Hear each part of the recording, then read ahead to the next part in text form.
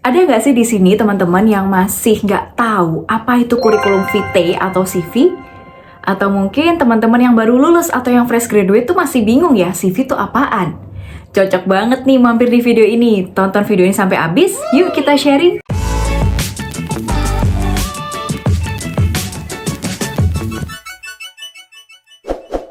Assalamualaikum warahmatullahi wabarakatuh. Hai, welcome back to my YouTube channel. Jadi, kurikulum vitae atau yang biasa dikenal juga sebagai daftar riwayat hidup adalah sebuah dokumen yang menjelaskan secara ringkas terkait identitas pribadi, kemudian riwayat karir seseorang, riwayat pendidikannya, apa saja keahlian atau kemampuan yang dimiliki, prestasi, dan juga informasi lainnya. Terus, untuk apa ya CV itu digunakan? Jadi, secara umum CV ini digunakan utamanya untuk dua hal. Yang pertama, utamanya dan seringnya digunakan untuk melamar pekerjaan. CV adalah salah satu dokumen utama yang wajib dilampirkan saat teman-teman melamar kerja. Karena melalui CV ini akan mempermudah rekruter atau HRD dalam menilai atau melihat kemampuan yang dimiliki oleh pelamar sudah sesuai atau tidak dengan kualifikasi yang dibutuhkan oleh perusahaan. Dan yang kedua, bisa juga CV digunakan untuk apply beasiswa. Entah beasiswa kuliah, atau mungkin beasiswa bantuan dana pendidikan, atau yang lainnya, keluar negeri atau dalam negeri, biasanya juga ada beberapa yang mensyaratkan adanya CV. Karena CV itu bertujuan untuk menjelaskan secara ringkas terkait identitas seseorang, maka sebaiknya dalam penyusunan CV, kata-kata yang digunakan juga harus padat, efisien, dan gak bertele-tele. Terus, jenis CV juga ada dua teman-teman. Yang pertama, based on chronological order, atau berdasarkan urutan kronologis. CV ini berisi tentang perjalanan karir atau riwayat pendidikan seseorang dalam urutan kronologis.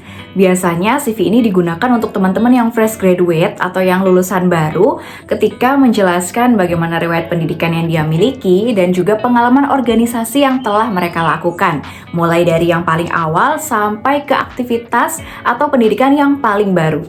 Yang kedua yaitu based on experience. CV ini berdasarkan pengalaman, kompetensi, atau skill yang dimiliki oleh pelamar. Jadi nggak berdasarkan urutan kronologis lagi. Biasanya CV ini digunakan untuk mereka-mereka yang udah profesional, yang udah berpengalaman kerja selama beberapa tahun di bidang tertentu. Terus bentuk CV itu juga ada dua teman-teman. Yang pertama, CV kreatif, dan yang kedua biasa kita kenal dengan CV yang ATS friendly. Untuk mempermudah tahu perbedaannya, kita akan bahas masing-masing ya dalam video ini. Nah, pertama kita bahas CV kreatif dulu ya teman-teman. Oke, bentuknya kurang lebih seperti ini. Ada foto, kemudian ada juga data kontak, meliputi nomor handphone, email, sosial media. Terus juga ada keahlian yang teman-teman punya, kemampuan teman-teman punya terkait dengan profesi yang dilamar. Terus juga ada bio singkat atau profil singkat lah tentang diri sendiri gitu ya. Dan ini ada urutan perjalanan dari paling awal sampai yang terbaru, urutan perjalanan karir atau organisasi atau ya pendidikan juga bisa. Nah, juga bisa melampirkan minat atau yang lain sebagainya. Ini juga salah satu contoh yang termasuk chronological order. Ini dinamakan jenis CV kreatif karena kita bisa menyusun bebas semau kita teman-teman. Mulai dari desainnya, warnanya, layoutnya, semenarik mungkin. Tapi ingat ya, tetap jangan pakai warna yang mencolok. Dan pilih desain yang gak alay. Pastikan tampilannya tetap enak dilihat mata dan profesional. Fokus pada isi CV ya, jangan terlalu fokus pada desainnya. Kalau yang CV ATS friendly gimana nih? Gini doang, simple kan ya?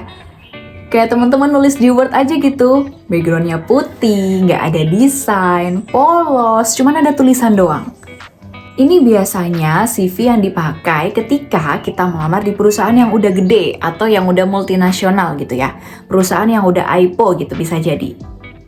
Jadi gini teman-teman, kalau perusahaan yang udah gede skalanya, udah multinasional gitu ya, ketika mereka membuka rekrutmen, yang daftar itu nggak mungkin hitungan jari, nggak mungkin belasan atau puluhan orang, melainkan bisa jadi ratusan, ribuan, atau bahkan belasan ribu.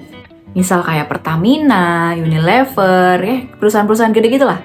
Lah, kalau yang ngelamar ada puluhan ribu orang dan yang menyeleksi atau melihat berkasnya masing-masing itu adalah HRD yang notabene adalah manusia, ya capek dong. Nah, maka dari itu, untuk menyeleksi berkas-berkas pelamar yang masuk, mereka memakai sebuah sistem, yaitu ATS, Applicant Tracking System. Di mana sistem ini dia nantinya akan men-screening CV-CV yang masuk sesuai dengan indikator-indikator khusus yang sudah perusahaan itu buat.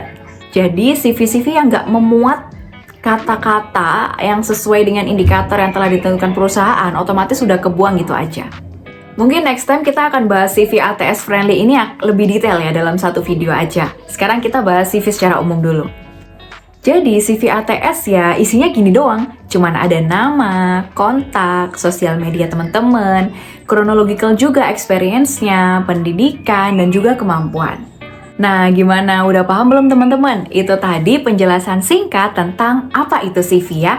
Semoga bisa membantu.